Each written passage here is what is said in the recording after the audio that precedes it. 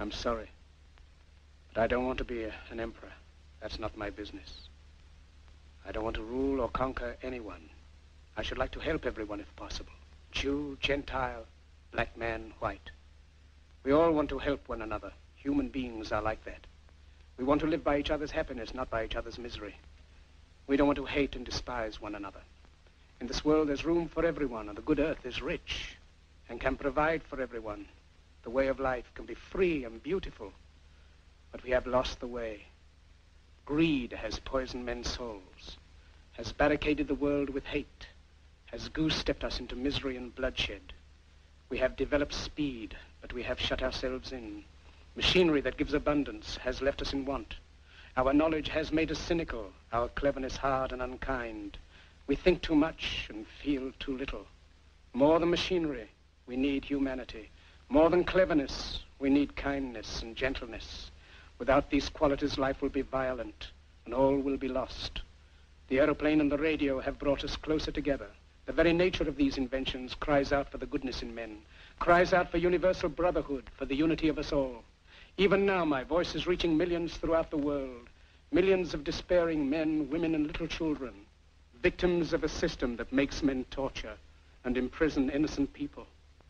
To those who can hear me, I say, do not despair. The misery that is now upon us is but the passing of greed, the bitterness of men who fear the way of human progress. The hate of men will pass, and dictators die, and the power they took from the people will return to the people. And so long as men die, liberty will never perish. Soldiers, don't give yourselves to brutes, men who despise you, enslave you, who regiment your lives, tell you what to do, what to think, and what to feel, who drill you, diet you, treat you like cattle, use you as cannon fodder. Don't give yourselves to these unnatural men with machine minds and machine hearts. You are not machines. You are not cattle. You are men. You have the love of humanity in your hearts. You don't hate, only the unloved hate, the unloved and the unnatural.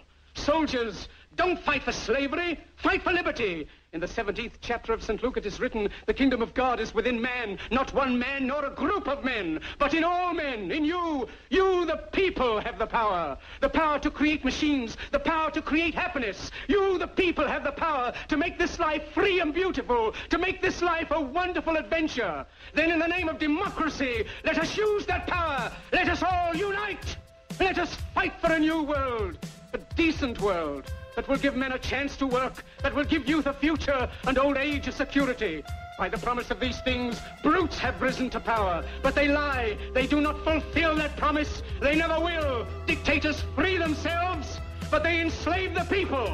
Now let us fight to fulfill that promise. Let us fight to free the world, to do away with national barriers, to do away with greed, with hate and intolerance. Let us fight for a world of reason, a world where science and progress will lead to all men's happiness. Soldiers, in the name of democracy, let us all unite! He told me I seen it rise, but it always falls.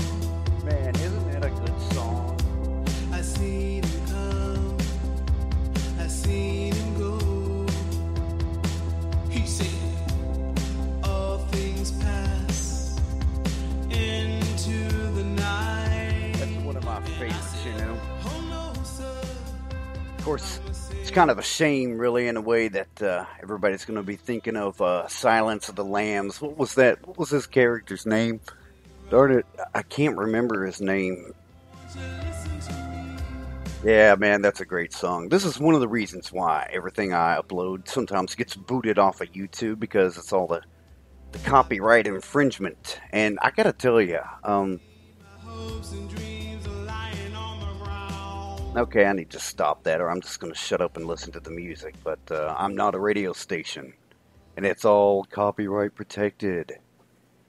Yay, government. Gotta tell you, this is funny, because I made that post earlier that said I was going to go live at midnight, not realizing I had to pick up my new laptop. Well, not a new one, it had to get fixed.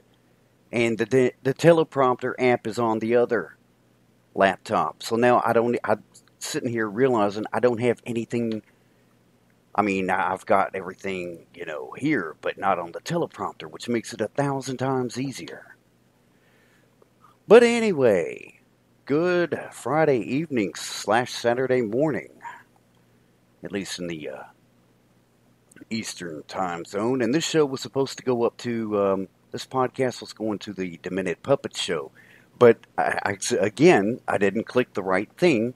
And it's going into the Good Fight, which is appropriate. It is appropriate. I have different shows, for different topics. But you are listening to St. Kirill, and speaking of the Demented Puppet Show, I keep getting asked. People keep asking me what or who are the Demented Puppets. My only answer is that we all are. We're actually marionettes. We dance when government pulls the strings to whatever music they wish to play. Government officials are also puppets and marionettes. It must be fun to be a marionette. They also dance to the strings the corporations pull. Most especially Big Oil or Big Tobacco. They dance to whatever tune the corporation wishes. The corporation is a puppet to their own greed, their own love of that dollar. And in the end, we are all slaves to the green pieces of paper and shiny coins. It's not money that's the problem. It is the love of we as the people. It's what we can obtain with that money. And especially power. And that's going on the entire world over. This drives humanity to a type of illness that allows us to believe that we must pay for the right to be alive. That we must pay our government for the use of this planet and the food that grows here. If that isn't demented, I'm not sure exactly what is. So yeah, the government, the people, were all demented puppets. Demented marionettes. So, I know you've heard me talk about Dakota Access Pipeline. Who isn't talking about it these days, right? And the protests that are occurring at Standing Rock, North Dakota. As it is, the protesters have been given an eviction date of Monday, December 5th, to leave the area. As well, the temperatures are plummeting to 25 degrees tonight. The other night it was 17 degrees.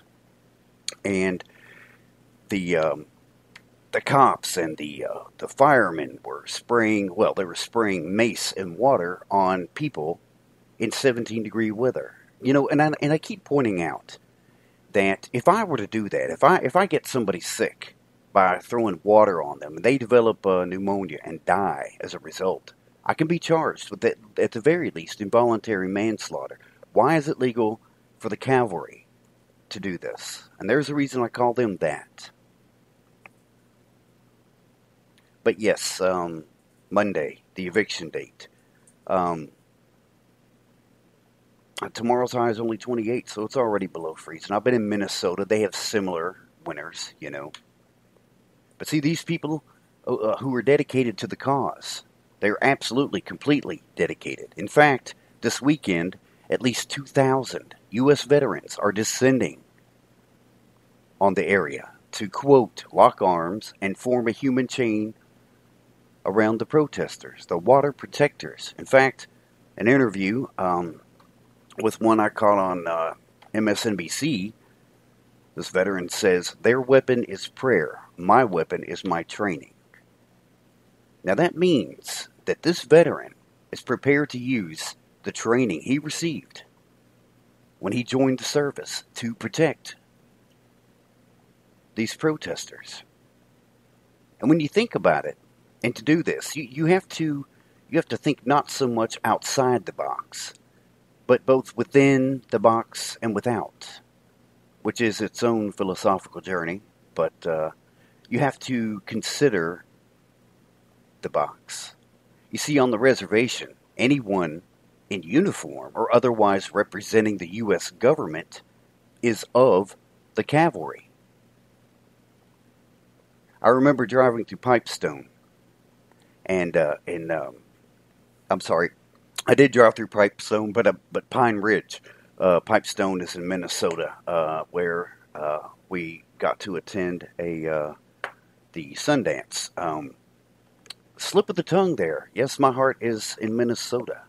Slip of the tongue. But I remember driving through Pine Ridge on one of our first trips through to go to Wounded Knee. And one of the things, besides the third world living conditions on that reservation, besides that, which was annoying, to say the least, when you see firsthand of the crap your government does to the indigenous people. But besides that, I saw this sign on a fence out in front of this house, and it said, quote, Custer was a Republican. And of course, this is, being a reference to George Armstrong Custer and the infamous Battle of Little Bighorn, at which Custer displayed just how much of an idiot he was, paying the ultimate price there. But as I'm going to try to reestablish a connection here to that teleprompter, and just take a little listen to this little clip here, and things will begin to become much more clear.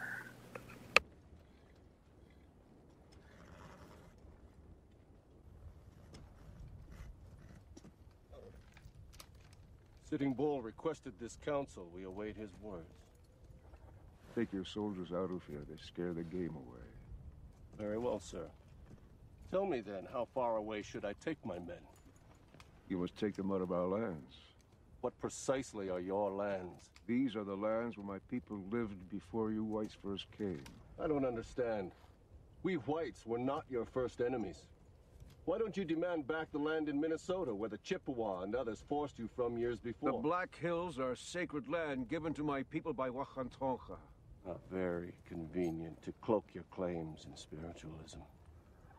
And what would you say to the Mormons and others who believe that their God has given to them Indian lands in the West?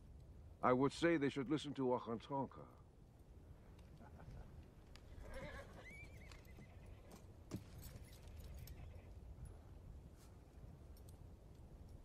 No matter what your legends say, you didn't sprout from the plains like the spring grasses, and you didn't coalesce out of the ether.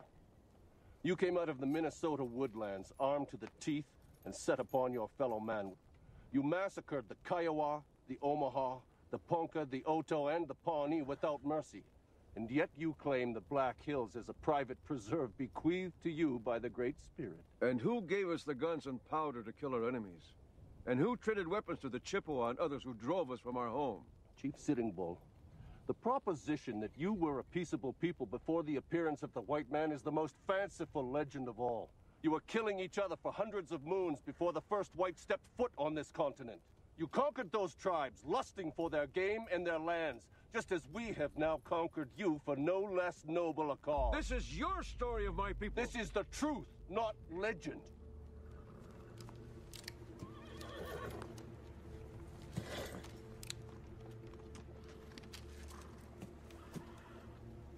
Crazy Horse has surrendered with his entire band. And by his surrender, he says to you and your people that you are defeated. And by ceding the Black Hills to us, so say Red Cloud and the other chiefs who demand that you end this war and take your place on the reservation. Red Cloud is no longer a chief. He is a woman you have mounted and had your way with. Do not speak to me of Red Cloud! I suppose you are the only chief then. Sitting Bull is king of all the Indians. Well, humility is one of the 4 virtues of a Sioux chief. Sitting Bull shows his true nature now. I have had my say with you. And I have had my say with you. Then we will have a fight. So be it.